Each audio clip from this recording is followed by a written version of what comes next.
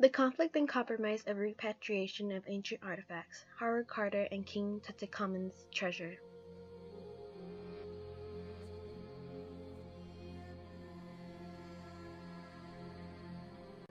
In the year 1341 BC, the 12th pharaoh of the 18th Egyptian dynasty, Tutankhamun, was born in the new capital of Egypt, Amarina, and at a very early age, Tutankhamun began his reign at the age of 9 and died around the age of 18 or 19.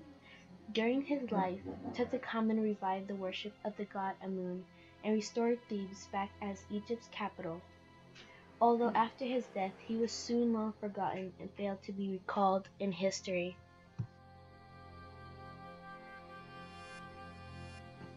Later on May 9, 1874, Howard Carter, a famed archaeologist and Egyptologist, was born.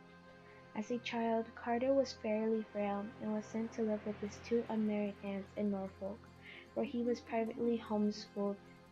From an early age, he had inherited his artistic talent from his father, Samuel John Carter, an English artist and illustrator. When his father painted a portrait of a well-known Egyptologist, William Amherst, Carter's interest was ignited.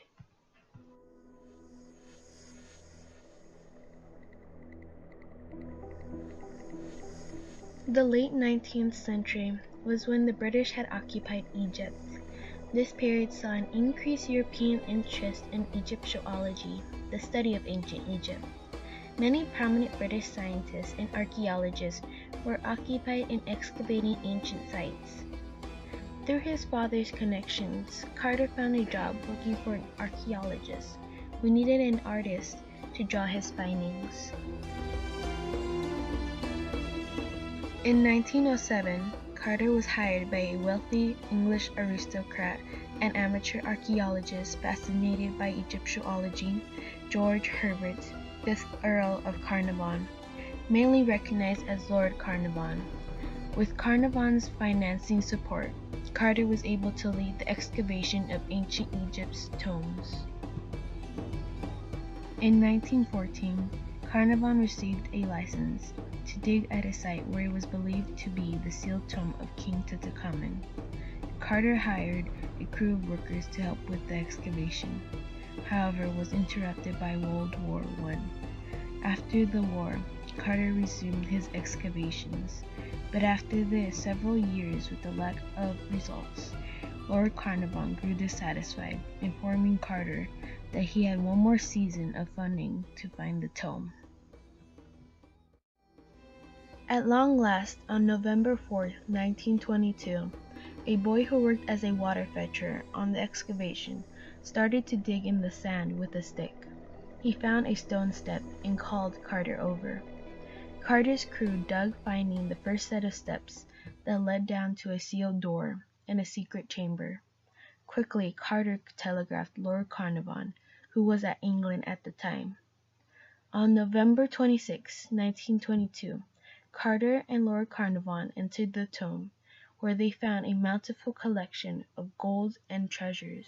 Can you see anything? Yes. Wonderful things. Later on February 16, 1923, Carter opened the innermost chamber and found the sarcophagus of King Tutankhamun. After the discovery of Tutankhamun's existence, he was and still is only famed as the youngest Egyptian pharaoh, and also because of all the artifacts that still kept intact for more than 4 centuries. Though Carter was believed by many as an honest man and prominent archaeologist, according to multiple online sources, Carter cheated Egypt on many accounts in order to repatriate some of Egypt's historic treasure by forging documentation and manipulating both the Supreme Council of Antiquities and images taken on the excavation.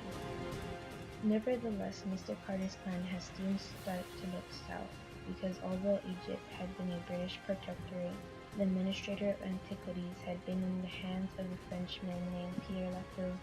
In the end, with the lack of authorization, Howard Carter's excavation team helped themselves to pickpocket some of the historic treasures. These treasures were then later on displayed in museums, while others were found in the possessions of some of Carter's acquaintances. Even so, Mr. Carter is not the only one to illegally transport historical ancient artifacts. Due to a 5-year investigation performed by the U.S. Immigration and Customs Enforcement, also known as ICE, a U.S. federal government law enforcement organization under the authority of the Department of Homeland Security, they have found out that a criminal network organization of smugglers, restorers, and purchasers have used illegal methods to avoid detection as historic artifacts originating from Iraq, Egypt, and Yemen into the U.S.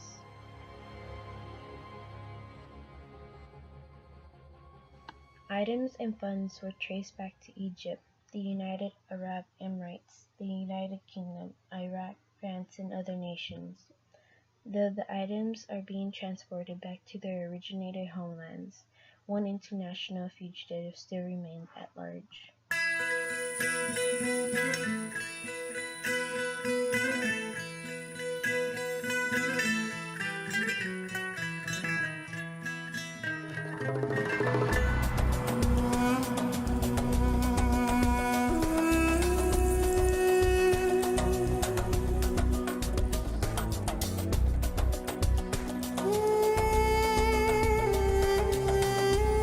The investigation identified smugglers, importers, money launderers, restorers of some of the pieces, and the purchasers within the criminal network.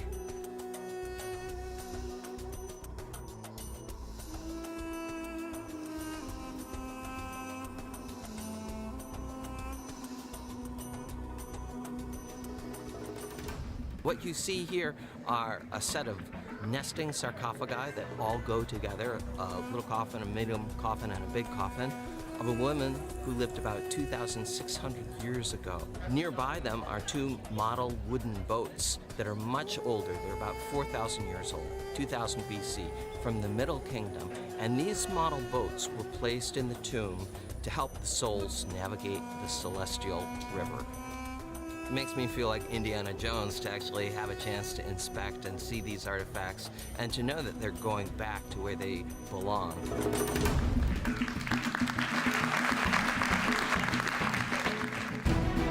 Special agents executed 19 search warrants.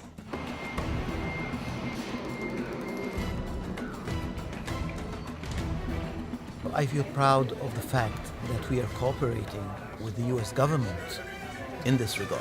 It completes our mission. I mean, our mission is so broad, and this is an example of another aspect of it that brings great pleasure to the countries we work with and also to the world. I mean, it may be Egypt's property, but all of us appreciate an antiquity or a cultural artifact that is of this vintage, thousands of years old. They will be studied and catalogued in Egypt, and then they will be displayed in places where they can have some prominence and where people from all over the world can see them, enjoy them, learn from them.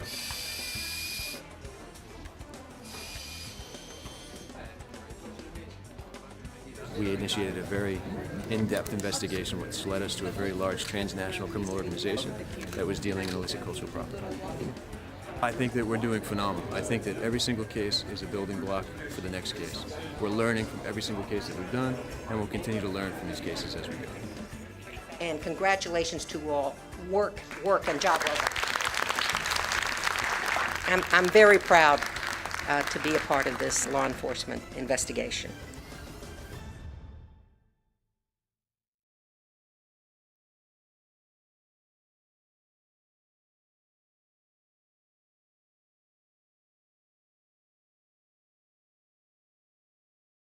Each of the artifacts returned today tells a story, a human story, our story.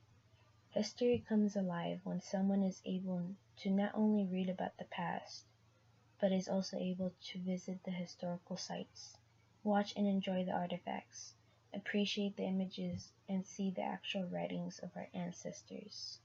Foreign Minister Shao Kuri.